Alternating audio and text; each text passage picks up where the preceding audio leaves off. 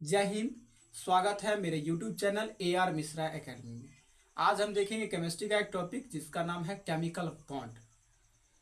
देखा जाए पूरी केमिस्ट्री जो है एक लॉ पर आधारित होता है जिसका नाम है ऑक्टेट रूल।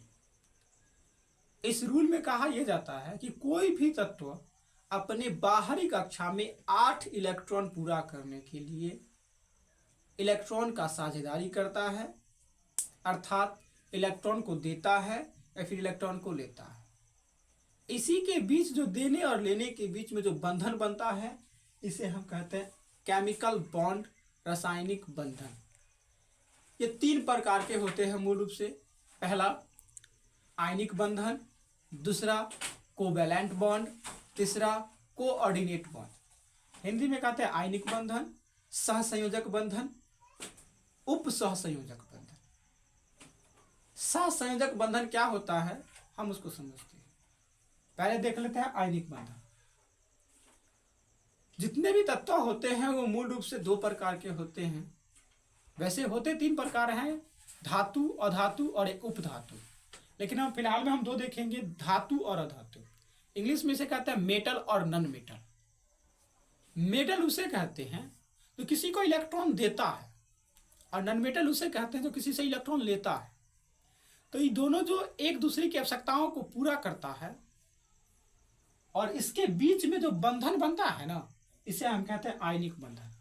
आयनों के अदला बदली से जो बंधन बनता है उसे हम आयनिक बंधन कहते हैं। जैसे इसका बना NaCl, Na+ रहता है, Cl- रहता है। दूसरा है कोवैलेंट बॉन्ड। कोवैलेंट बॉन्ड कहने का मतलब होता है साझेदारी। कोई भी दो अधातु जैसे एक मान लेते हैं हम कार्बन और ऑक्सीजन, ये दोनों के बीच, ये दोनों अधातु है और ये दोनों के बीच जो बंधन का निर्माण होगा उसे हम कहेंगे सहसंयोजक बंधन। उदाहरण के तौर पर इसको हम समझते हैं। कार्बन जिसके बाह्यतम कक्षा में 4 इलेक्ट्रॉन होता है, इसके बाह्यतम कक्षा में 4। ऑक्सीजन की बाह्यतम कक्षा में 6 इलेक्ट्रॉन होता है। ये दोनों अपने बाह्यतम कक्षा में 8 इलेक्ट्रॉन पुराने के लिए किसी से इलेक्ट्रॉन लेता है। और जब किसी से इलेक्ट्रॉन लेता है तो उसे हम अधातु कहते हैं। तो अधातु अधातु के बीच जो बंधन बनता है उसे हम कहते हैं सहसंयोजक बंधन। और धातु और अधातु के बीच जो बंधन बनता है उसे हम कहते हैं आयनिक बंधन। अब देखते हैं कोऑर्डिनेट बॉन्ड। कोऑर्डिनेट बॉन्ड कोई खास बॉन्ड होता नहीं है। कोऑर्डिनेट बॉन्ड एक सहसंयोजक बंधन का ही प्रकार होता है,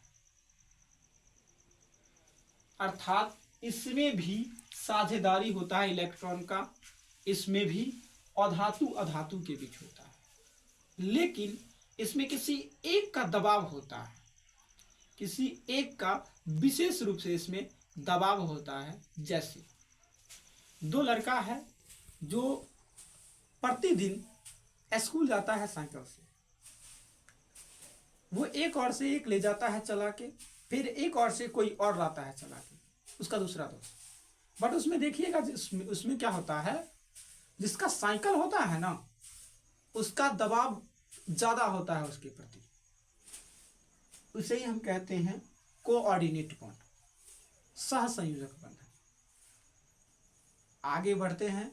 सहसंयोजक बंधन कई प्रकार के होते हैं।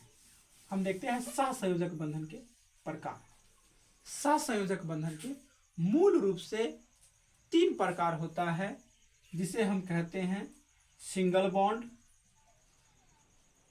डबल बॉन्ड और ट्रिपल बॉन्ड। सिंगल बॉन्ड कहने का सीधा सीधा मतलब है एकल बंधन, द्विबंधन, त्रिबंधन।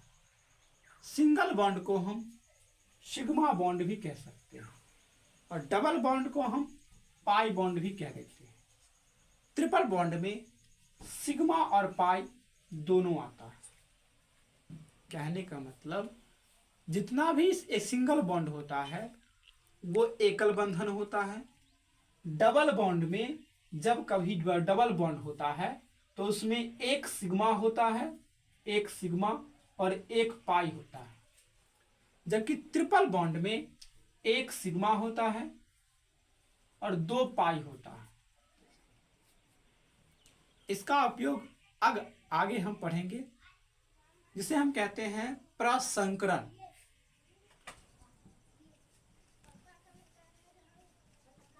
इंग्लिश में इसे कहते हैं हाइब्रिडाइजेशन।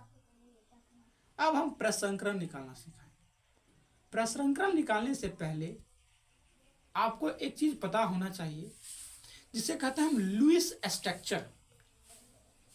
लुईस स्ट्रक्चर क्या होता है हम आपको अभी बताते हैं।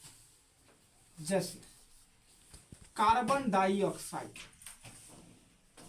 आपसे सीधा सीधा क्वेश्चन यहां से पूछेगा, कार्बन डाइऑक्साइड में सिंगल बॉन्ड की संख्या कितना है या डबल बॉन्ड की संख्या कितना है, या सिग्मा बॉन्ड या डबल पाई बॉन्ड का संख्या पूछ लिया जाता है। हाथ का पहिया